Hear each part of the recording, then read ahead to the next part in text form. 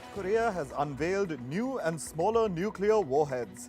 This comes as the country's leader, Kim Jong-Un, called to ramp up the production of weapons-grade nuclear material. This is to grow the country's arsenal. Kim Jong-un also examined North Korea's nuclear counterattack operation plans. North Korea has recently been ramping up military tests and firing short-range ballistic missiles. A Ukrainian commander has said that the country is trying to exhaust and inflict heavy losses on Russian forces trying to capture the city of Bakhmut. He said that Russia continues to focus on Bakhmut after months of battle. He told soldiers that the goal is to eliminate as many Russian troops as possible and create conditions to begin counter-offensive actions. Ukrainian President Volodymyr Zelensky has said that Russian troops are holding the nuclear power plant in Zaporizhzhia hostage. He added that safety cannot be guaranteed until Russian troops leave. His remarks come as a team of the International Atomic Energy Agency reached Ukraine to visit the plant. This is Europe's largest nuclear power plant. It has been under the Russian control since early weeks of the invasion. Germany has delivered 18 Leopard 2 tanks to Ukraine. The country is preparing to send more tanks. German Chancellor Olaf Scholz made the announcement during his trip to the Netherlands. Germany, Denmark and the Netherlands will finance the tank repairs. Earlier, Scholz had insisted that the US had to deliver Abrams battle tanks to Ukraine if Germany sends Leopard 2 tanks. The Hungarian parliament has ratified Finland's bid to join NATO. 182 lawmakers voted in favor, while 6 voted against the move. This means that 29 out of 30 NATO member states have ratified Finland's membership. The last member, Turkey, is expected to approve Finland's NATO membership next month. The border between Finland and Russia stretches over 1,000 kilometers. Finland applied for NATO membership after Russia invaded Ukraine. NATO troops held evacuation drills on the Romanian coast, close to the Ukrainian border. The naval forces practiced evacuating civilians from coastal areas in the Danube Delta. It's an area that borders Ukraine's Odessa region. Odessa has witnessed a number of missile strikes since Russia launched a full-scale war last year. The drills are part of the Sea Shield 23 exercise. It involves more than 3,000 troops from NATO countries. Israeli Prime Minister Benjamin Netanyahu has announced that he would delay the controversial judicial overhaul plan. He will seek more time to reach a compromise on the proposal. Opposition parties in Israel have said they would work to reach an agreement if the government is sincere. The judicial reforms have been suspended after weeks of protests. Netanyahu's decision to fire the country's defense minister for opposing his plan triggered even more protests. 3 children and 3 staff members have been killed in a school shooting in the U.S. state of Tennessee. The 28-year-old suspect, identified as Audrey Hale, once attended the same school. Hale was armed with 3 guns, including a semi-automatic rifle, and was shot dead by the police. The motive behind the shooting is under investigation. There have been 89 school shootings in the U.S. in 2023 alone. U.S. President Joe Biden has called upon the Congress to pass a law that bans assault weapons. He called the latest school shooting incident sick and said that the U.S. needs to do more to stop gun violence. U.S. First Lady Jill Biden also condemned the shooting. She said, and I quote, "Our children deserve better." China has issued a report on human rights violations in the U.S. in the year 2022. The report said, and I quote, "Chronic diseases such as money politics, racial discrimination, gun and political violence, as well as wealth polarization are rampant in the U.S. The report pointed out that the U.S. is a country defined by extreme violence and that the people are threatened by violent crime and violent law enforcement. Chinese President Xi Jinping held a telephonic conversation with Saudi Crown Prince Mohammed bin Salman. She said that China is ready to work with Saudi Arabia to make all-out efforts in building a China-Arab community. He added that China wants to contribute more to peace, stability and development in West Asia. China recently brokered a peace deal between Saudi Arabia and Iran. 20 people have been killed and 29 people have been injured in a bus crash in Saudi Arabia. The incident took place in the Asir province. Reports say that a technical issue in the bus led to the crash. A senior Honduran official has said that Taiwan must vacate its embassy in Honduras within 30 days. This comes after the country established diplomatic ties with China. Deputy Foreign Minister Antonio Garcia said, and I quote, 30 days is more than enough time to pack up and leave. He added that officials aim for an orderly and friendly exit. China considers Taiwan a part of its own territory and has threatened to claim it by force. Taiwan's President Tsai Ing-wen is seeking to build closer ties with the Czech Republic. This comes as Honduras built diplomatic ties with China. A 150-person Czech delegation is in Taipei. Tsai said that Taiwan and the Czech Republic have both been through authoritarian rule and deeply understand that democracy has not come easy. She added that the two countries can become firm partners to uphold democracy and freedom. Pakistan's drug regulatory authorities' controversial pricing policy and the depreciating local currency have led to an acute shortage of life-saving medicines in the country. This is according to a new report. Pakistan is facing a major economic crisis. The country is under high external debt. While most oral medicines like syrups are locally produced, Pakistan imports a majority of vaccines and anti-cancer medicines. The United Nations has said that a prominent education activist who supports Afghan girls' education was arrested in Kabul this week. The UN has called upon the Taliban administration to give a reason for his detention and clarify his whereabouts. The Taliban have banned most girls from high schools and women from universities. Air quality in northern Thailand has climbed to hazardous levels. This comes as a result of seasonal agricultural burning. More than 4,000 hotspots have been detected in northern Thailand in the past 24 hours. Prime Minister Prayut Chan-o-cha has said that he has mobilized relevant agencies to reduce the pollution's impact on the public. The South American country of Bolivia is facing devastation caused by floods. This was triggered after a river's banks burst following torrential rains. In some cities, residential streets have turned into rivers. Last month, torrential rains and floodwaters displaced more than 5,000 people. At least 7 people have been killed and 23 are injured in a landslide in the South American nation of Ecuador's Andean region. The landslide was triggered by heavy rains. Rescue workers have been deployed to search for survivors. Heavy rains recently destroyed roads, bridges and other infrastructure across Ecuador. Earlier this month, the country's president declared a state of emergency in 14 provinces affected by severe weather and a strong earthquake. Parts of eastern Spain are witnessing wildfires. They're boosted by winds and dry weather conditions. Emergency services have asked some of the towns to be cleared. The country's prime minister has said that unseasonal warm weather is a consequence of climate change. Spain is experiencing a long-term drought after 3 years of below-average rainfall. A federal judge has temporarily blocked Voyager Digital's sale to Binance US. Crypto brokerage firm Voyager had proposed a $1.3 billion sale to Binance. The US government has now requested more time to explore the legality of the takeover. The judge argues that the sale could involve unregistered securities and violations of US securities law.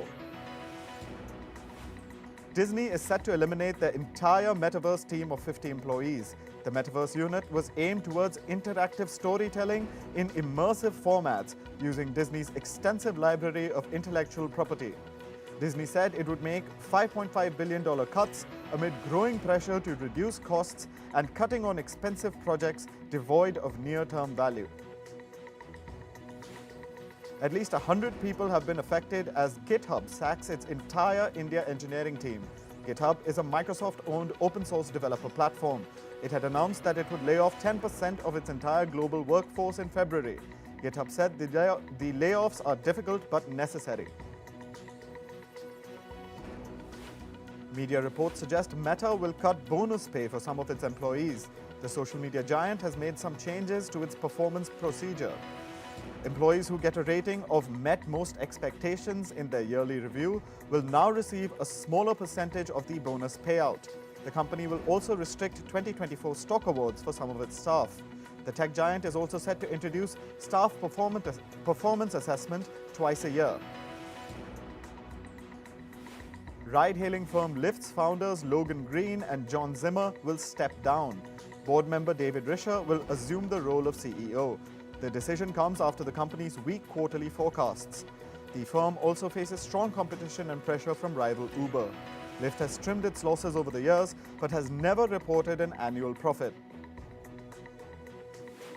Amazon has failed to quash 3 lawsuits brought by its delivery drivers in the UK. Amazon's British drivers are seeking employment rights, including minimum wage and holiday pay. More than 1,400 drivers are suing the e-commerce giant, demanding it to recognize them as employees rather than contractors. Amazon maintains that it has no contractual relationship with the drivers. English football club Chelsea posts a loss of almost $149 million for the 2021-22 season. The club says it's collateral damage from the war in Ukraine. It has blamed extraordinary expenses and a loss of revenue after sanctions were imposed on former owner Roman Abramovich. The Russian billionaire put the club up for sale last March following the start of the Ukraine war. Alphabet has approached a federal judge to dismiss a lawsuit against Google. The lawsuit accuses Google of abusing its dominance in the online advertising market. The lawsuit also calls for breaking up Google's ad technology business. The Ad Manager suite is one of Google's main sources of income. Google has argued that the government has defined the online advertising market incorrectly and excluded powerful competitors like Facebook. The Biden administration has implemented strict guidelines against commercial spyware use. The new regulation will allow the government to ban spyware from vendors who have previously targeted US citizens. The new, stricter regulations are encouraging surveillance firms to behave or face blacklisting. Elon Musk's brain implant company Neuralink has approached one of the biggest US neurosurgery centers for human trials of its devices. Neuralink has been developing brain implants since 2016. It hopes to cure conditions like paralysis and blindness. The company is preparing to test its devices on humans once it receives regulatory approvals. The US Food and Drug Administration had earlier rejected its application to carry out human trials, citing safety concerns. Lionel Messi has been honored with his statue alongside Diego Maradona and Pelé after Argentina's World Cup win. The statue is built at the South American Football Federation headquarters. Messi captained Argentina to win the 2022 FIFA World Cup. He also recently achieved the feat of scoring 800 goals in a friendly win over Panama. Argentina's training complex has also been renamed after Messi. France beat Ireland 1-0 to win their second Euro 2024 qualifier in Dublin. Right-back Benjamin Pavard scored a goal with 30 minutes remaining in the game. French goalkeeper Mike Maignan saved 2 shots on goal in the final 2 minutes of the match. French World Cup star Kylian Mbappe failed to score a goal. Canada football coach John Herdman has said that his side is expecting to win against Honduras. The match will determine which team qualifies to the CONCACAF Nations League finals in Las Vegas. A draw would put Canadians through to CONCACAF, but a loss will result in their elimination. Herdman told reporters they plan to win at any cost as they campaign for their first CONCACAF Nations League title. Sachin Tendulkar is poised to play in Mumbai Indians' opening IPL match. He's likely to replace Jasprit Bumrah as the pacer recovers from a back injury. Sachin Tendulkar did not get a chance to play a single game in IPL 2022 despite Mumbai Indians' horrific season. Tendulkar will provide the team a left-handed seam bowling option while also being a reliable batting option. LA Lakers star LeBron James has returned to the basketball court after a month-long absence. James was out of the court for a month due to a foot injury. He's averaging 29.5 points, 8.4 rebounds and 6.9 assists in his 5th season with the Lakers. The Lakers declared James available for their game against the Chicago Bulls after a pre-game workout. The International Weightlifting Federation chief has said he's ready to submit a reforms report, hoping to earn back a spot at the Olympics. The International Olympic Committee has previously dropped weightlifting following years of corruption, doping and governance scandals. Longtime weightlifting president Tamas Ajan was banned for life in 2020 for covering up doping cases. Australian F1 driver Daniel Ricciardo has made a spectacular return to his own backyard. He took a Red Bull Formula One car for a spin across some of the country's most iconic locations. The adventure started in the Wild West before heading to Seacliff Bridge and finishing at Australia's most famous racetrack, Mount Panorama.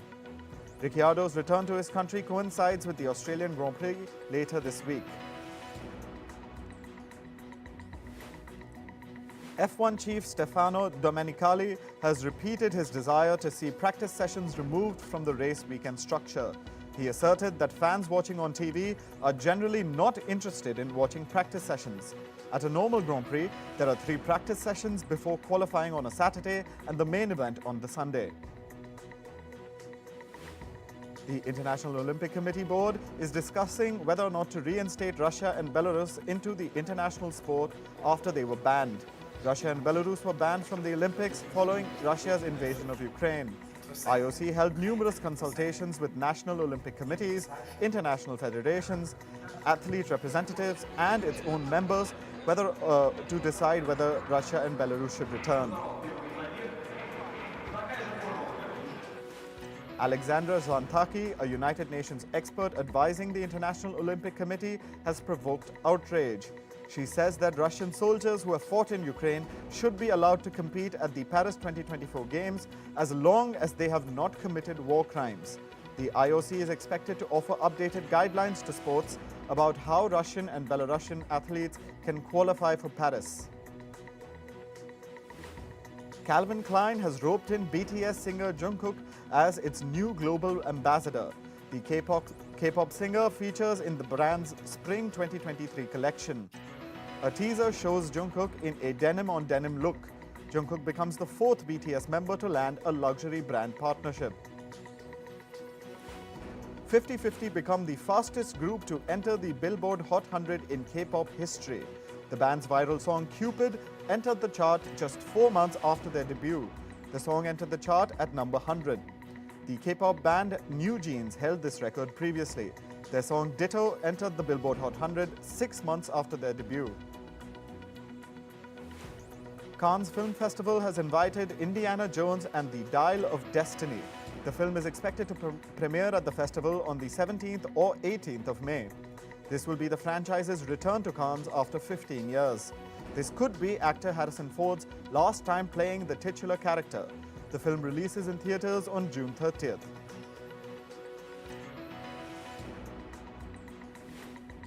Actors Samuel L. Jackson and Vincent Cassel will play leads in the action thriller Damaged.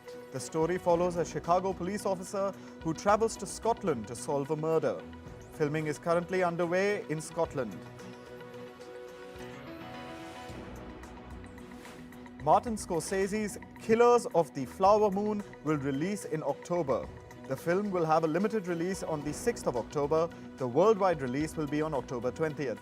The film will also be streamed on Apple+. The film stars Leonardo DiCaprio, Robert De Niro, and Brendan Fraser. Singer Madonna has added 8 more dates to the US leg of her global tour. A new show has been scheduled for Nashville on December 22nd. Madonna will put the spotlight on Tennessee's anti-LGBTQ+ bills. She will donate a portion of the proceeds to a trans rights organization. The Nashville show will be held at the Bridgestone Arena. Kelly Clarkson has announced her Los Angeles residency dates. Chemistry, an intimate night with Kelly Clarkson, will open on the 28th of July. The singer has planned 10 performances till August 19th. The residency will take place at Buck Theatre at Planet Hollywood. Tickets will be available from the 31st of March. Swiss documentary film festival Visions du Reel has announced its lineup. A total of 163 films from 46 countries will be screened at the festival. There will be 37 Swiss productions in the showcase. The 54th edition of this festival will run from April 21st to April 30th. The festival will take place in Nyon, Switzerland. Tully and Kate will finally reunite in the final season of Firefly Lane. The trailer for the final season was released on March 27th. The trailer shows the estranged best friends Tully and Kate reuniting. The show stars Katherine Heigl and Sarah Chalk. The 7-episode final season will begin on April 27th on Netflix. Netflix gets a legal notice for Episode 1, Season 2 of The Big Bang Theory. The legal notice has been sent by Indian political analyst Mithun Vijayakumar. He claims the episode uses a derogatory term against actor Madhuri Dixit. He claims the content promotes sexism and misogyny.